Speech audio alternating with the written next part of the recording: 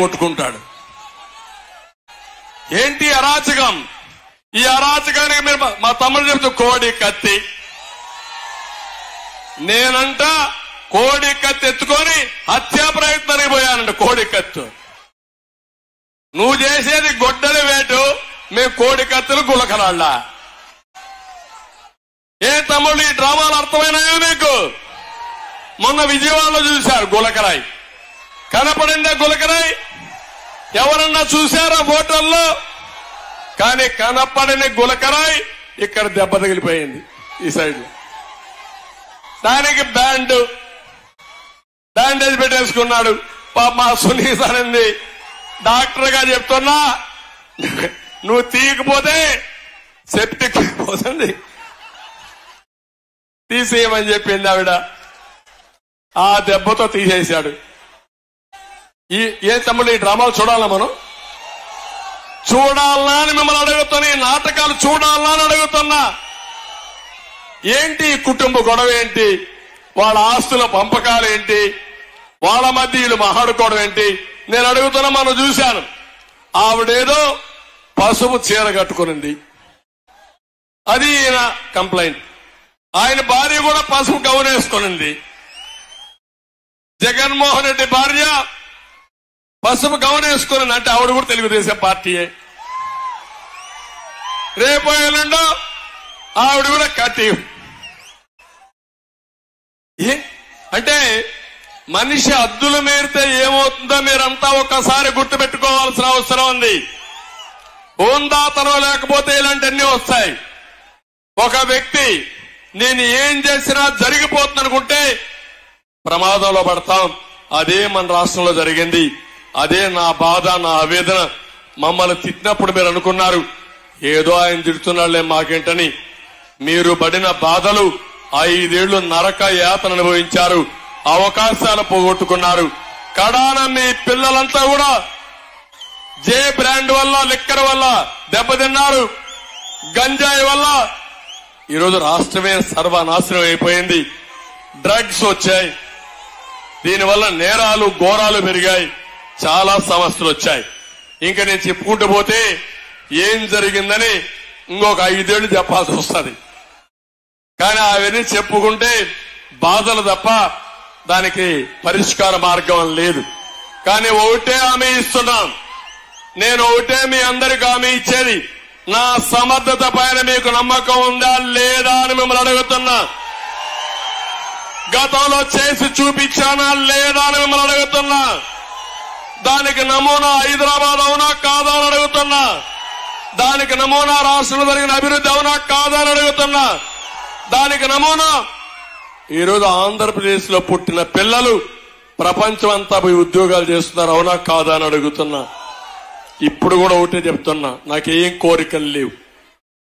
ఏదో కొంతమంది అనుకుంటున్నారు ఇప్పుడు 3 పార్టీలు కలిశాం. మేము 3 పార్టీలు కలిశామంటే మేము మాకుండే సమస్యలుగా అన్ని పరిష్కారం చేసుకుని, తెలుగుదేశం పార్టీ ఎప్పుడు కూడా 8 పార్లమెంట్లు 31 అసెంబ్లీలు మిత్రపక్షాలకు ఇచ్చిన సందర్భం లేదు.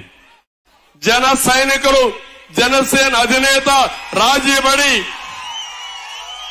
21 ఎమ్మెల్యేలు తీసుకుని 2 పార్లమెంట్ తీసుకుని అడ్జస్ట్ అయ్యాడంటే ఆయన ఆలోచన ఒకటి, ఈ రాష్ట్రం బాగుపడాలి, ఈ ప్రజలు బాగుపడాలి.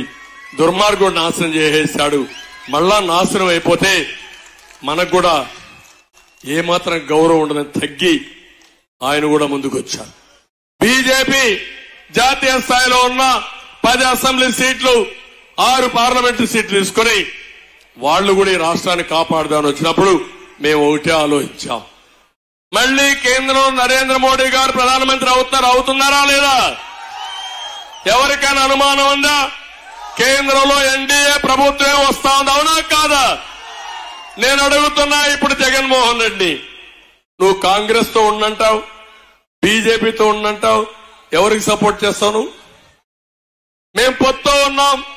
మేం పొత్తు ఉంటే ఒకవేళ పొత్తుండే పార్టీకి వేయకుండా పొత్తు లేని పార్టీకి వేస్తే ఆ ఓటు ఉపయోగపడుతుందా తమ్ముళ్ళు అని మిమ్మల్ని అడుగుతున్నా. దానివల్ల ఓటు మునిగిపోతుందా లేదా? మురిగిపోతుందా లేదా? ఒకవేళ గెలిచినా వీళ్ళు ఢిల్లీకి పోయి కేసుల మీద పైరువేలు చేసుకుంటారు తప్ప ప్రజా సమస్యల కోసం పోరాడతారా అని మిమ్మల్ని అడుగుతున్నా. అందుకే అందరు ఆలోచించమంటున్నా. నేను ఒకటే మీకు హామీ ఇస్తున్నా. 14 ఏళ్లు నేను ముఖ్యమంత్రిగా పనిచేశాను, అనుభవం ఉంది. ఈ 5 సంవత్సరాల్లో రాజీ లేని కష్టం పడతా, రాత్రింబగుళ్ళు కష్టపడతా. 15 సంవత్సరాల్లో ఎంత అభివృద్ధి చేశానో 5 సంవత్సరాలు అంత అభివృద్ధి చేసి మీ రుణం తీర్చుకుంటాను. అది నా పట్టుదల. అందుకే నేను చాలా స్పష్టంగా సూపర్ 6 తో వచ్చాను.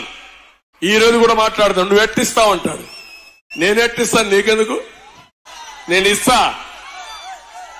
95లో జీతాలు ఇవ్వలేని రాష్ట్రంలో 3 నెలలు జీతాలు ఇవ్వలేకపోతే నేను వస్తానే సంపద సృష్టించి జీతాలు ఇవ్వడమే కాకుండా 2004కు మిగులు బడ్జెట్ ఇచ్చింది నేనే ఇచ్చాను తమ్ముళ్ళు. అది మన మార్గం. ఎక్కడ చదువుకున్నాడో నాకైతే అర్థం కాలేదు. నేరాలు ఘోరాలు చేయడంలో PhD చేశాడు కానీ ఆర్థిక వ్యవస్థ ఏమీ తెలియని వ్యక్తి. దోచుకోవడంలో మాత్రం ఎక్స్పర్ట్. అతనికి చాలా బ్రహ్మాండంగా చేసే పరిస్థితికి వచ్చాడు. అందుకే మీ అందరికీ హామీ ఇస్తున్నాం. సూపర్ 6 మొట్టమొదటి నా ఆడబిడ్డనే గుర్తొస్తారు నాకు ఎప్పుడైనా సరే. నేను ఒకటే ఆలోచించాను. తెలుగుదేశం పార్టీ ఆడబిడ్డలకు పుట్టిల్లు. మీకు న్యాయం చేసిన పార్టీ తెలుగుదేశం పార్టీ. మీకు ఆస్తిలో సమాన హక్కు ఇచ్చిన పార్టీ తెలుగుదేశం పార్టీ. ఆడబిడ్డలో గుర్తుపెట్టుకోండి. మీకు చదువుకు ప్రాధాన్యత ఇచ్చిన పార్టీ తెలుగుదేశం పార్టీ. డాక్రా సంఘాలు పెట్టిన పార్టీ తెలుగుదేశం పార్టీ. దీపం పెట్టి మీరు వంట చేస్తే మీ ఆరోగ్యం దెబ్బతింటుందని ఎప్పుడు సమైక్యాంధ్ర దేశంలోనే ఫస్ట్ టైం వంట గ్యాస్ సిలిండర్లు ఉచితంగా ఇచ్చిన పార్టీ తెలుగుదేశం పార్టీ. మరుగు దొడ్లు కట్టించిన పార్టీ తెలుగుదేశం పార్టీ. ఆడబిడ్డలకు ఉద్యోగాల్లో కాలేజీల్లో 33% రిజర్వేషన్లు పెట్టిన పార్టీ తెలుగుదేశం పార్టీ. మా ఆడబిడ్డలు ఆర్టీసీ కండక్టర్ గా పనిచేస్తున్నారంటే నేను పెట్టిన రిజర్వేషన్లేవి. ఇంకో పక్క డ్రైవర్లుగా కూడా పెట్టాను కానీ రాలా. పోలీసులకు కూడా ప్రాధాన్యత ఇచ్చింది. ఆడబిడ్డలు పోలీసులుగా పెట్టింది కూడా నేను వచ్చినాకనే. ఎస్ఐలుగా ఇచ్చాను. డిఎస్పీలుగా రిక్రూట్ చేశాం. అంత మునుపు ఎస్ఐలుగా పెట్టాలంటే భయపడేవాళ్లు. ఆడవాళ్లు సరిగ్గా చేయలేరని నేను ఒకటే ఆలోచించాను. మగవారితో సమానంగా అవకాశాలు ఇస్తే మగవారి కంటే మెరుగ్గా పనిచేసే శక్తి నా ఆడబిడ్డలకు ఉందని నిరూపించిన పార్టీ తెలుగుదేశం పార్టీ. ఇప్పుడు ఉద్యోగాలు చూడండి. కొడుకుని కూతురు చదివించండి. లేకుంటే అబ్బాయి మీ అబ్బాయికి అమ్మాయి కనుక